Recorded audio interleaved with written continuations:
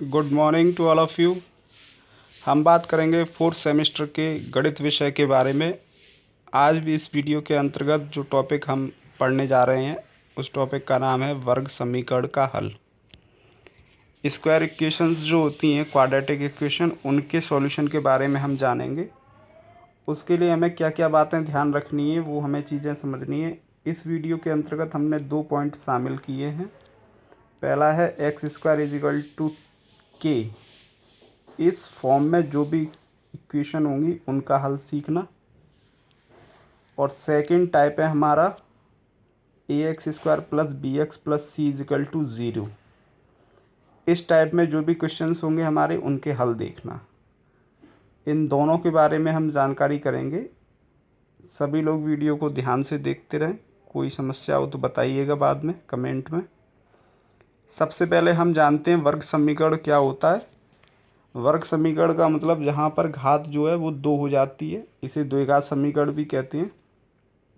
इसे अगर आप परिभाषित करने के तौर पर समझना चाहें तो ऐसा बहुपद जिसमें चर राशि का उच्चतम घातांक 2 हो द्विघात बहुपद कहलाता है। और समीकरण की स्थिति में यदि कोई बहुपद हो जिसके इक्वल में 0 या समानता का चिन्ह आ जाए, केवल इक्वल में कोई भी नंबर भी लिखा होगा तो कोई दिक्कत नहीं है, समानता का ये चिन्ह आने से वो द्विघात बहुपद या कोई भी बहुपद जो है फिर वो समीकरण बन जाता है। जैसे ax² + bx + c, ये एक बहुपद है। ये बराबर का चिन्ह जो आ गया है, इसकी वजह से अब ये बन गया एक समीकरण। ठीक है, तो ये चूँकि इसकी अधिकतम घात कितनी है, 2। जैसे यहाँ आप देख रहे होंगे इसकी अधिकतम घात कितनी है, 2। तो इस वजह से इसका नाम है द्विघात समीकरण। सेमेस्टर सेकंड में आपने रेखिक समीकरण के बारे में पढ़ा होगा। तो रेखिक समीकरण क्या होती है, जिनकी अधिकतम घात 1 होती है। उसी से आगे का ये कंटेंट है जिसमें आप द्विघात समीकरण के बारे में जानकारी करेंगे। बात उदाहरण की करते हैं, इसके कुछ एग्जाम्पल। जैसे ये सभी द्विघात समीकरण को बता रहे हैं। जैसे आप ये देख रहे हैं x² = 9, तो इसमें इक्वल का साइन भी आ रहा है और अधिकतम घात 2 है। इसमें भी सेम, इसमें अधिकतम घात 2 है, इक्वल का साइन भी है। इसमें अधिकतम घात 2 है, इक्वल का साइन भी है। इसमें अधिकतम घात 2 है, इक्वल का साइन है। तो ये सभी के सभी द्विघात समीकरण के उदाहरण हैं। फॉर एग्जाम्पल, मान लो मैंने लिखा है x³ + x² + x = 0। तो ये द्विघात समीकरण का एग्जाम्पल नहीं है, क्योंकि इसकी अधिकतम घात कितनी हो गई, 3। मैंने लिखा मान लो 3x + 7 = 0। तो ये भी एक द्विघात समीकरण नहीं है, क्योंकि इसकी अधिकतम घात 1 है। और ये एग्जाम्पल किसका है, रेखिक समीकरण का। इस प्रकार से आप इन्हें ध्यान रखेंगे कि कौन सा प्रश्न किसका उदाहरण है, किसका एग्जाम्पल है। द्विघात समीकरण कैसे पहचानना, ये आपको ध्यान रखना है। हम बात कर रहे हैं, अभी हमने बताया कि 2 प्रकार से हमें समझना है। एक x² = k के बारे में। तो ये x² = k की फॉर्म के क्वेश्चंस हैं। इनका सॉल्यूशन कैसे होगा वो समझते हैं। तो x² = 16 लिखा हुआ है हमारे पास। 2 चीज़ें हैं। सामान्य नियम जो हम सामान्य तौर पर प्रयोग करते रहते हैं, उसमें हम क्या करते हैं, x स्क्वायर जो लगा हुआ है उसको दूसरी साइड पे अंडररूट बना देते हैं। और इस अंडररूट से जब कोई नंबर बाहर निकल के आता है तो उसके साथ प्लस और माइनस दोनों साइन होते हैं। और 16 का स्क्वायर रूट फाइंड आउट करेंगे तो वो कितना आएगा, 4। तो इस प्रकार x का वैल्यू हमारा कितना आ गया, +-4। नेक्स्ट क्वेश्चन सेम इसी तरीके से ट्राई करेंगे। x² = 18, x = √18। चूँकि √18 जो है वो कंप्लीट स्क्वायर नहीं है, इसलिए इसमें से इसके हम फैक्टर करके बताते हैं अलग से। तो यहाँ पे मैं 18 के आपको फैक्टर बता देता हूँ। तो मैंने इसको लिखा ब्रेक करके 3 × 3 × 2। ठीक है, तो 3 × 3 = 9, 9 × 2 = 18। अब इसमें जो पेयर बन गया है ये स्क्वायर से बाहर आ गया 3। जो पेयर नहीं बन पाया वो स्क्वायर के अंदर रह जाएगा।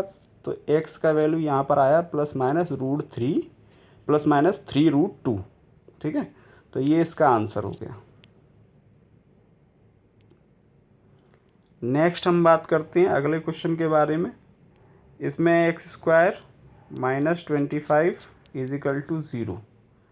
तो आप जानते हैं कि साइड ट्रांसफ़र जब होती है तो पॉजिटिव साइन नेगेटिव में और नेगेटिव साइन पॉजिटिव में कन्वर्ट हो जाता है, सेम एज मल्टीप्लाई का साइन डिवाइड में और डिवाइड का साइन मल्टीप्लाई में चेंज हो जाता है। तो यहाँ पर हमने इसका पक्ष चेंज किया, माइनस का 25 था, इधर साइड जब आया तो ये हो गया आपका प्लस का 25। सेम प्रोसेस पहले क्वेश्चन की तरह हो गया ये, एक्स इज इक्वल टू √25,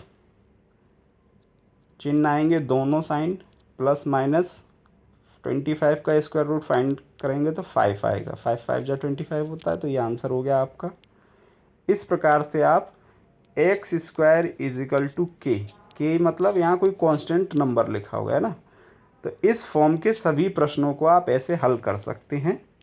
ठीक है, नेक्स्ट हम बात करते हैं, ये कुछ शाब्दिक उदाहरण दे रखे हैं, इनको हम समझते हैं। पहला प्रश्न लिखा है, एक वर्ग का क्षेत्रफल 64 वर्ग सेंटीमीटर है, उसकी भुजा ज्ञात कीजिए। मैं एक प्रश्न आपको बता रहा हूँ, बाकी आप प्रश्न ट्राई करके देखिएगा। मैंने 3 एग्जाम्पल लिखे हैं टोटल, आप अपने पास जो भी बुक है आपकी, आप उससे भी हल करिएगा इनको। ठीक है, तो पहला प्रश्न है, आप इसकी डिजिट ज़रा ध्यान रखिएगा, 64 स्क्वायर सेंटीमीटर। ठीक है, एरिया दे रखा है आपको, एरिया दिया गया है वर्ग का, तो वर्ग का क्षेत्रफल कितना होता है, भुजा स्क्वायर कितना होता है, भुजा स्क्वायर। और ये भुजा स्क्वायर जो है इसका बराबर हमें दे रखा है, भुजा स्क्वायर, इसकी वैल्यू हमें दी गई है 64। मैंने आपको बताया कि ये स्क्वायर जो लगाया है हमने, इसको अगर आप चाहो तो ए से डिनोट कर लो, तो ऐसे लिख दो, A square is equal to 64। तो A is equal to under root 64, 64 का स्क्वायर रूट कितना आएगा, 8। और चूंकि ये एरिया का यूनिट था यहाँ पर, ये 8 आंसर हो गया है ना, सेंटीमीटर में आंसर आएगा। अभी मैं बताता हूँ ये सेंटीमीटर क्यों है, थोड़ा प्रश्न ऊपर देखिएगा। तो देखो यहाँ वर्ग सेंटीमीटर यूनिट था, ये क्षेत्रफल की इकाई है, भुजा की इकाई क्या होगी, केवल सेंटीमीटर। तो इसलिए इस प्रश्न का जो आंसर होगा वो 8 सेंटीमीटर हो जाएगा। ठीक है, वर्ग सेंटीमीटर क्षेत्रफल की इकाई होती है, घन सेंटीमीटर आयतन की इकाई होती है, ये आप ध्यान रखिएगा। तो ये आपका पहला प्रश्न आ गया। सेम ऐसे ही दूसरा क्वेश्चन लिखा है, नेक्स्ट थर्ड क्वेश्चन लिखा है, इनके अलग अलग चीज़ें इनमें पूछी गई है। सेकंड और थर्ड में परिमाप पूछा गया है, एरिया आपको बता दिया गया है, तो आप इनको ट्राई करिएगा। पहले आप भुजा निकालेंगे प्रश्न संख्या 2 और 3 दोनों में, और उसके बाद उस भुजा से वर्गाकार का परिमाप कैसे निकलता है, तो फॉर्मूला ध्यान रखिएगा, फॉर्मूला लिख देता हूँ मैं। तो आपका वर्ग का जो परिमाप का सूत्र है, वर्ग का परिमाप 4 गुणा भुजा, इससे निकलेगा, है ना।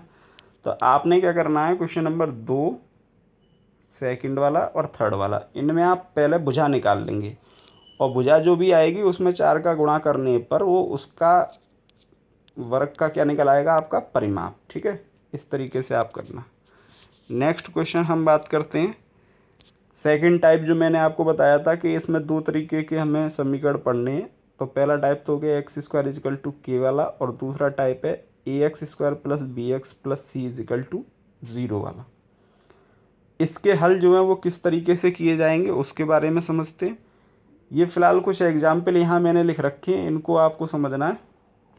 इन एग्जाम्पल को ट्राई करते हैं एक एक, तो आपको क्लियर हो जाएगी चीज़। पहला लिखा है x square plus 7x plus 10 is equal to 0। ठीक है, तो इसमें आपने क्या करना है, जो ये आपका x के साथ का यहाँ पर देखना है आपको क्या लिखा हुआ है, गुणांक, और ये अचर राशि जो लिखी हुई है इन दोनों का गुणा करना है आपको। ठीक है, तो यहाँ पे लिखा हुआ है 1 गुणांक, क्योंकि x का ये आप देख रहे हो ना, इसके साथ में कोई गुणांक नहीं है तो 1 मानेंगे। तो 1 और 10 का गुणा किया, आपका कितना आ गया, 10। तो एक तो ये नंबर आपको ध्यान रखना है।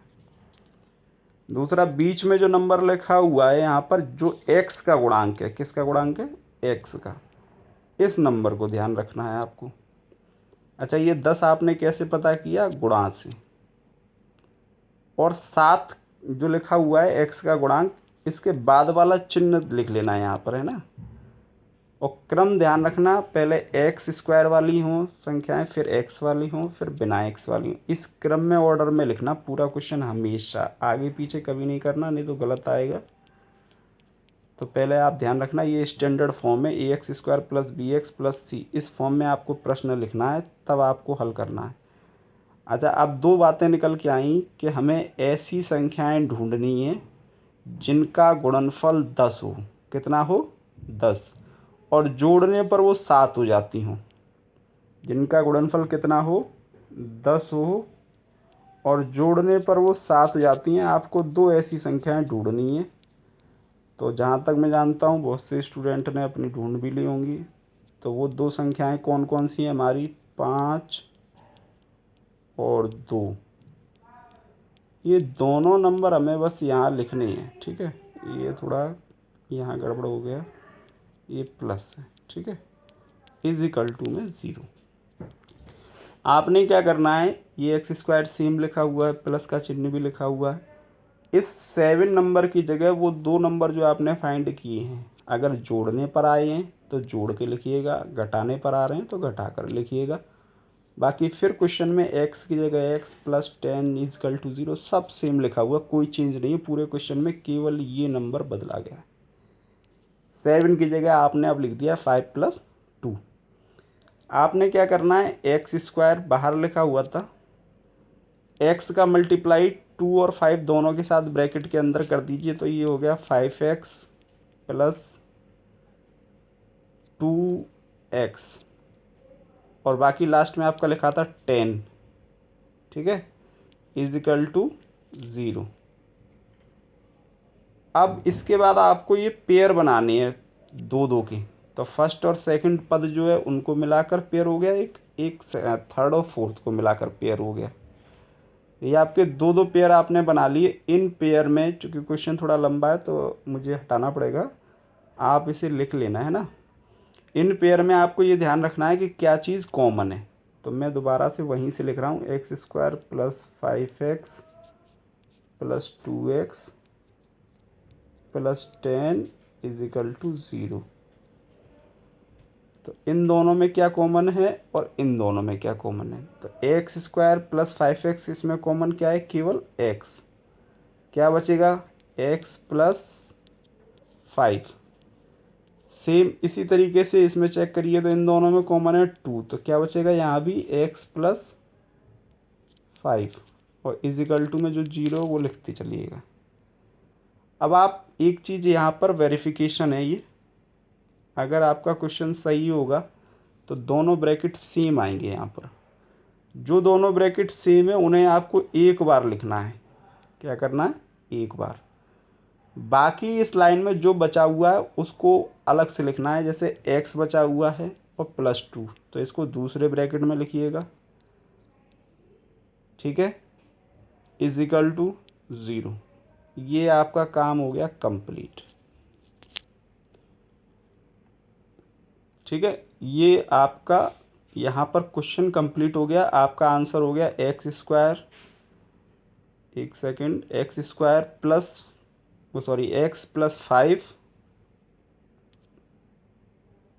और x प्लस 2, ये गुणनखंड हो गए, इसके समीकरण का हल हो गया। अब इन केस ये, अगर यहाँ पे x का मान नहीं पता करना है ना, अगर इन केस आपको x की वैल्यू भी फाइंड आउट करनी हो तो आपको क्या करना पड़ेगा, एक लाइन और समझिएगा। आपने आंसर निकाला x plus 5 x plus 2 is equal to 0। मान लो आपको वैल्यू पता करनी हो कि x की वैल्यू क्या हो सकती है, तो अब आपको एक एक करके इनको दोनों को, है ना, इज इक्वल टू 0 रखना है। तो x plus 5 is equal to 0, it means x is equal to -5, और x plus 2 is equal to 0, it means x is equal to -2। तो ये x के दो संभव मान -5 और -2 हो सकते हैं, जो कि दोनों ही ऋणात्मक मान हैं। तो आप दोनों ही यूज कर सकते हैं। यदि किसी प्रश्न में एक उत्तर धनात्मक एक ऋणात्मक आता है तो बहुत सी जगह उनमें धनात्मक वाले को हम वैलिड मान लेते हैं। इसी तरीके से आपको ये सेकंड क्वेश्चन और थर्ड क्वेश्चन ट्राई करके देखने। कोई बात इसमें जो आपकी समझ से बाहर हो आप मुझे बताइएगा। नेक्स्ट हम बात करते हैं इसी के ये शाब्दिक उदाहरण हैं। इसमें आपको पहले इक्वेशन बनाना पड़ेगा, है ना, समीकरण। तो बनेगा कैसे समीकरण वो भी ध्यान रखना है। जैसे क्वेश्चन पहला लिखा हुआ है, ये दो क्वेश्चन है ना, एक मत समझ लेना, ये क्वेश्चन नंबर 1, ये क्वेश्चन नंबर 2, दो क्वेश्चन है, ये दोनों अलग अलग है, first question and second question. तो ये क्वेश्चन जो है इनको पहले थोड़ा समझ लो कैसे करना है। पहला क्वेश्चन, दो क्रमागत संख्याओं का गुणनफल। ये मिस्टेक है इस क्वेश्चन में, इसको हटा देते हैं। इसमें कोई नंबर मिस हो गया, इस क्वेश्चन को एक सेकंड, यहाँ से इस क्वेश्चन को रिमूव कर दे। पहला क्वेश्चन सेकंड वाला समझिएगा। 52 को 52 को ऐसे दो भागों में बांटिए जिनका गुणनफल 651 हो। तो 52 को बांटना है आपको, तो आपने मान लिया, माना पहला भाग जो किया, फर्स्ट पार्ट इसका किया, वो है आपका x, और दूसरा भाग जो आपने किया वो है आपका 52 - x, क्योंकि दोनों भाग टोटल करने पर 52 होने चाहिए। 52 को ही तो बांटना है आपको। तो एक हो गया x, एक हो गया 52 - x। इन दोनों को अगर आप जोड़ के देखेंगे तो टोटल 52 ही आएगा। ठीक है, ये तो हो गई आपके पार्ट बनाने की बात। अब प्रश्न के अगले हिस्से का ऑपरेटिव पार्ट समझिएगा कि ऑपरेशन क्या लगा हुआ है। जिनका गुणनफल 651 हो। अब बनाते हैं इसकी इक्वेशन। तो हमारा एक पार्ट था x, दूसरा पार्ट था 52 - x।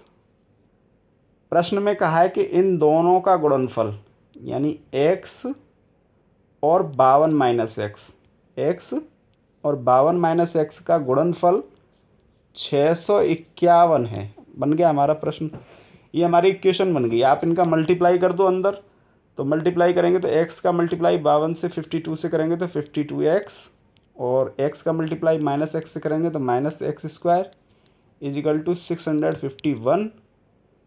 ये आप क्या करें कि x² वाला जो टर्म है वो ऋणात्मक ना हो कभी, इसलिए आप क्या करें, इनको साइड ट्रांसफ़र करके इधर लेके आएँ। ठीक है, तो मैं अगली लाइन लिखता हूँ यहाँ पर। साइड ट्रांसफ़र क्या है, तो आपका क्वेश्चन था x², एक सेकंड, 52x कहाँ रह गया ये, एक सेकंड रुकिए। 52x - x² is equal to 651। ठीक है, साइड ट्रांसफ़र कर लेते हैं। ये दोनों उधर जाएंगे तो इनके चिन्ह चेंज हो जाएंगे। तो ये आपका बन गया माइनस का x² प्लस का 52x माइनस का हो गया, और ये तो इधर पहले से ही लिखा था, है ना, 651। और ये साइड इधर क्या बचा होगा, आप 0, तो वो मैंने इधर लिख दिया। तो ये इस तरीके से आपका साइड ट्रांसफ़र हो गया। अब आपने क्या करना है, यहाँ फैक्टर जैसे पहले किए थे, इसका मल्टीप्लाई इससे, मल्टीप्लाई करने पर ये आना चाहिए, बीच का नंबर ये, जोड़ने पर ये आना चाहिए। इस तरीके से आप इसके फैक्टर ट्राई कर लेंगे, आपका आंसर आ जाएगा।